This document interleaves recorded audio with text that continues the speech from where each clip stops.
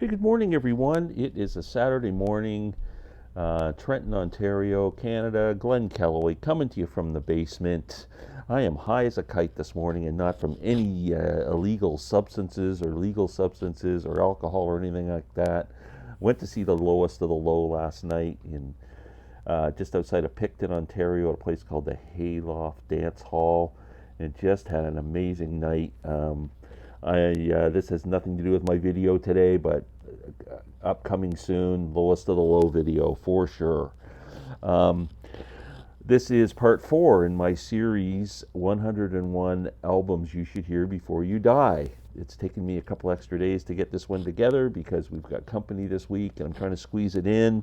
So without further ado, let's get started. Got a bunch of stuff to show you here. First of all, let's stick with Canada while we're talking about lowest of the low. The Sheepdogs from Saskatchewan. These guys put out this album, I'm going to say 10 years ago, and this was their debut.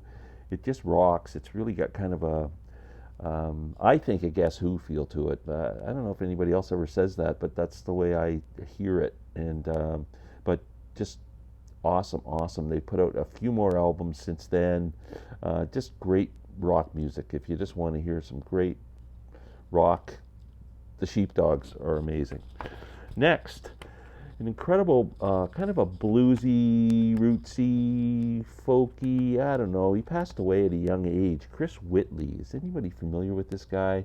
I got to see him at the Elma Combo back in the 90s, and man, he is just a great guitar player. Very sparse arrangements. This is an album he collaborated with a gentleman by the name of Jeff Lang, who's another great guitar player and singer in his own right and songwriter. And they made this album called Dislocation Blues. It is just an amazing record. Like I said, it's very sparse arrangements and bluesy and folky and just it's got a lot of atmosphere, and I highly suggest you check both these artists out, but this album in particular really resonates with me. Desolation Blues, Chris Whitley and Jeff Lang. Next, the Yardbirds. I mean, one of the classic bands from the 60s that gave us Jimmy Page and Jeff Beck and Eric Clapton, and kind of introduced the blues to a lot of us kids in North America. Had a lot of hits. This one is Roger the Engineer, my favorite Yardbirds album. I think this one is fantastic. Jeff Beck is the guitar player on most of this album, but they do Lost Woman on here, which was also covered by James Gang. I always thought James Gang had the original of it, but it's I'm not sure if they wrote it, but this is definitely pre-James Gang, let me say. Over, Under, Sideways, Down, which was a hit. There's a great Jeff Beck guitar instrumental on here called Jeff's Boogie. I mean, this is just a friggin' awesome album. Roger the Engineer, the Yardbirds. Okay, next, I'm going with the new one from Jack White. This album is blowing me away. It's not The Fear of the Dawn. It is Entering Heaven Alive. What a great frickin' album. I can't get it out of my CD player. Going to be in the running for best album of 2022.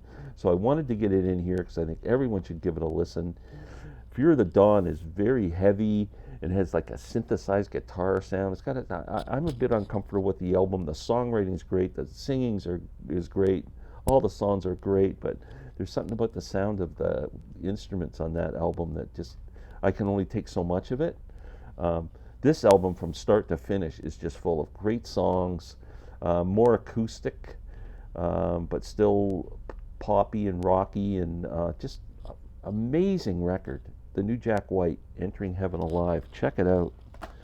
How about the great Randy Newman? I was trying to decide which one of Randy's amazing albums I should showcase, and I picked 12 songs. Sail Away and 12 Songs were the two that were just going, well, I should grab them both. But this is an awesome album. Mama Told Me Not to Come's on here, which was a hit for Three Dog Night. Randy, it's almost Ry Cooder-ish in a way, and Ry does play on this album. Clarence White plays on this album. Gene Parsons plays on this album. Excellent, excellent. If you think Randy Newman is just a writer of soundtracks from weird movies, he's not. He's a great singer-songwriter in his own right. I got a chance to see Randy in 1973, I think it was, with Ry Cooder at Massey Hall. Concert I'll always cherish. It was great. Okay, next we're going with a Toronto blues band from 1969. If you followed my channel forever, you know that I've watched or talked about this band a million times and say if you're a blues fan, heavy rock blues, this album's for you. It's just great guitar, great growly vocals from Joe Mendelson. Mike McKenna is a great guitar player. Excellent bass, drums. This is a great album. McKenna, Mendelson. What do they do? I'll tell you in a second. They stink. Not really. Great album. You can find this on CD. I'm sure you can find this used. It's been reissued, and it's a must-hear record. It is. Trust me. Next, we're going with back to Canterbury. You guys know I'm a huge Caravan fan. Probably one of my top 5 favorite bands of all time now, and I just discovered them like 2 years ago. And they just resonate with me so much. But there's another band that came out of that whole Canterbury scene, and their name is National Health. I was lucky enough to find this album in the States when I was down there, and man, it was it's awesome. It's just a great progressive rock album. You got to check these guys out. National Health. I don't know how many albums they have. I only have the one, but man, if you ever see this in the wild, grab it or listen to it. Great record. Next, we're going with another blues album, East West, Paul Butterfield Blues Band. I don't know if Paul Butterfield still gets enough love, but the title song from this, East West, this album features both Mike Bloomfield and Elvin Bishop on guitar, and Mike Bloomfield was into Eastern music and sitars and all that stuff, and they came up with this 11 minute song called East West, which really takes the blues and elements of world music and melds them together into just a beautiful track. But this album's got some great blues songs on it. Walkin' Blues, Get Out of My Life Woman, just Mary Mary, the song that the Monkees, they do a cover of Mike Nesmith's Mary Mary. Great blues album. Okay, next we're going with a band everybody knows, Deep Purple, but I'm not sure how many people love MK1, Mac 1 of Mark 1, or however they say that, for Deep Purple, their first 3 albums with the original lineup. Rod Evans on vocals, my favorite version of Deep Purple. I'm probably in the minority there because everybody loves, Machine Head and all those other albums that went after that, but I love these first 3 albums, and this is my favorite Deep Purple album. If you've never heard it, check it out. It is just self-titled Deep Purple with the crazy cover on the front, and this album just has some great songs on it. They do a cover of Donovan's Lelania on here, and the last song on the album is called April. It's a long proggy song. It starts off with instrumentals. There's lots of great guitar in it. Then it comes out with like a symphony orchestra playing all this stuff, and then it goes into the vocal part of the song. April is a cruel, cruel world. It's a beautiful, beautiful track, and this is a freaking awesome album. Next, I played this for my nephew Jack, who's visiting me right now, and the other night, and 10 Years After, Undead. Blew him away. I mean, this is just a fantastic album. This is, I think, their second release after their debut album. Correct me if I'm wrong, but I'm pretty sure. It's called Undead. It's live, and man, they do versions of Spoonful on here, Summertime, of course, Going Home is on here. Just man, Alvin Lee's just incredible. That whole band was awesome. The keyboards, drums, a bass, that just a great four-piece blues band, British blues band. 10 years after, this is an awesome album called Undead. Okay, next we are going with a woman you probably heard me talk about too, a jazz pianist from Japan. Her name is Hiromi, one of the great musicians on the planet. She had a band she put together called Hiromi's Sonic Boom, and this is one of the albums called Time Control. I highly recommend you check this woman out. Just go on YouTube and put Hiromi in the search engine and watch some of her performances. She is just a dynamo on stage, amazing musician, cool as hell. And I got a chance to see her at the Montreal Jazz Festival a few years ago, and she didn't disappoint. Just check her out. She's just incredible. Okay, another jazz album, which I mentioned in a couple of videos ago when I wanted to get into jazz. I Googled the top 10 jazz albums of all time, and one of the albums that came up was Charles Mingus. I got this album, and it is unbelievably good. I don't think you have to be a jazz fan to listen to this album. It's very soulful. It's just foot tapping and genius musicianship. Just give Charles Mingus a chance. I think you'll really dig it. It's one of the great jazz albums of all time. Next, I'm going to talk about Roy Buchanan. Now, I pulled out the Roy Buchanan anthology, but any Roy Buchanan album you buy is going to be good if you like the Telecaster guitar. I mean, he just plays. Roy was one of the great musicians of all time. Died tragically in a jail cell. I don't want to get into it, but I got a chance to see Roy play a few times, and he was incredible. He was a big influence on Robbie Robertson early on when they were kind of hanging out, and he was considered to be Rolling Stone. There was talk that he was getting an opportunity to fill in the spot that Mick Taylor took over. But Roy Buchanan, I mean, just an incredible guitar player. This anthology is just packed full of great stuff. But his first album debut is just self-titled, and after that, any of the albums, like I'm saying, if you like great blues guitar, blistering, oh man, the guy's just incredible.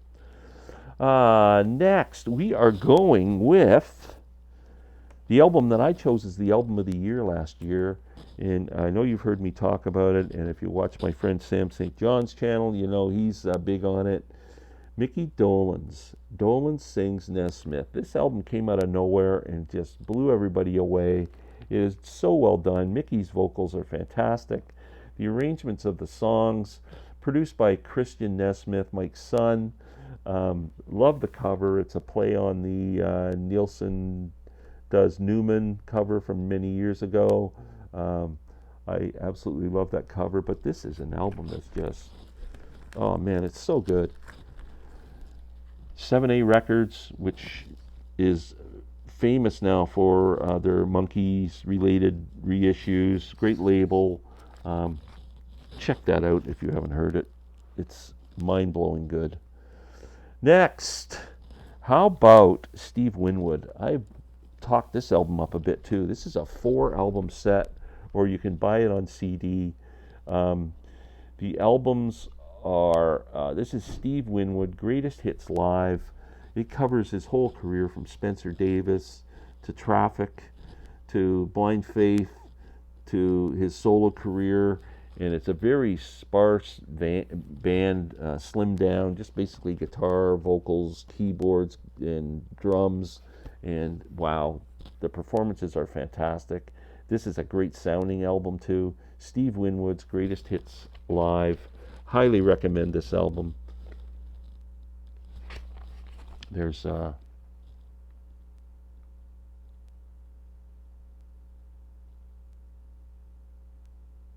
Fantastic. A must hear.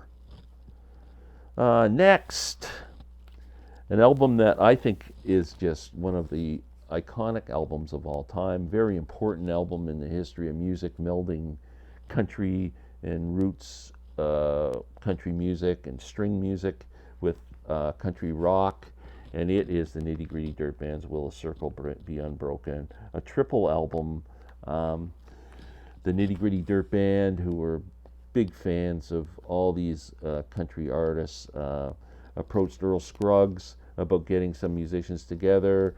And you know, back in those days, those old country guys, they didn't like the long hairs, and you know, that was it had like the Easy Rider mentality. And these guys came to Nashville, and just everything came together, and there was a lot of love, and you can hear it in the music, and a lot of respect. And this is just an incredible album, Nitty Gritty Dirt Band. 3 more to go. I tout the greatness of this woman all the time too. One of my favorite current artists is Lydia Loveless. I just think this woman is fantastic. This is her album that really turned me on to her. It's called Somewhere Else. She is punky, rocky, fun. She's got a great voice. Kind of reminds me of like if Stevie Nicks and Emmylou Harris had a baby. They would sound like Lydia Loveless. But just an amazing, very jangly guitars in a lot of the songs. Check this album out, especially Somewhere Else. And she's got a lot of albums out, but fantastic. There's also a documentary you can find if you search hard enough for it on a streaming service or something, called Who is Lydia Loveless? Worth a watch. Okay, next, let's go with another female from Canada, singer-songwriter who is really having a big resurgence with her latest album.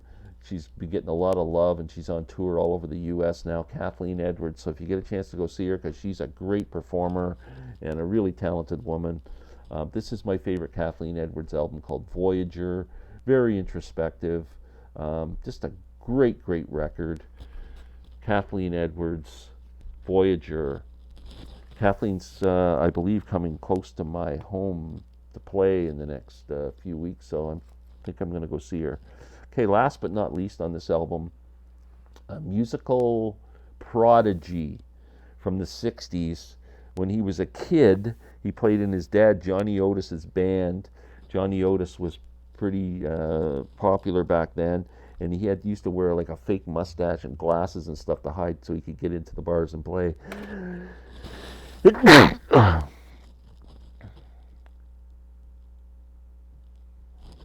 Okay, I'm sneezing, and if you think after 18 minutes I'm going to start this video again, I'm not. You're going to live with the sneeze. Sorry. My apologies. Shuggy Otis. What a guitar player. You know, when Jimi Hendrix died, there was always the thing, oh, who's going to be the next Hendrix? Who's going to be? And this guy was mentioned many times. An incredible guitar player. This is a twofer. It's got Here Comes Shuggy Otis and Freedom Flight, both great albums, but Here Comes Shuggy Otis is his debut. It's fantastic. If you get a chance to check out a song, check out Shuggy's Boogie. It's fantastic. He does this kind of rap about all the blues artists that encouraged him, and he talks about just everybody, B.B. King and them all, anybody you can name, and then he kind of plays like them, he imitates them, and then he goes into this boogie, and just great album. He's just put out an album about 3 or 4 years ago too, that's really good. But anything you can get by Shuggy Otis, grab it. It's awesome. So that's it for today. We're just short of 20 minutes. I hope, let me know if there's anything on there that interests you. Thanks for following the series. It's been really well received. I appreciate it. And peace out. Everyone have a great weekend. I love you all. Thank you. Push the like button, please.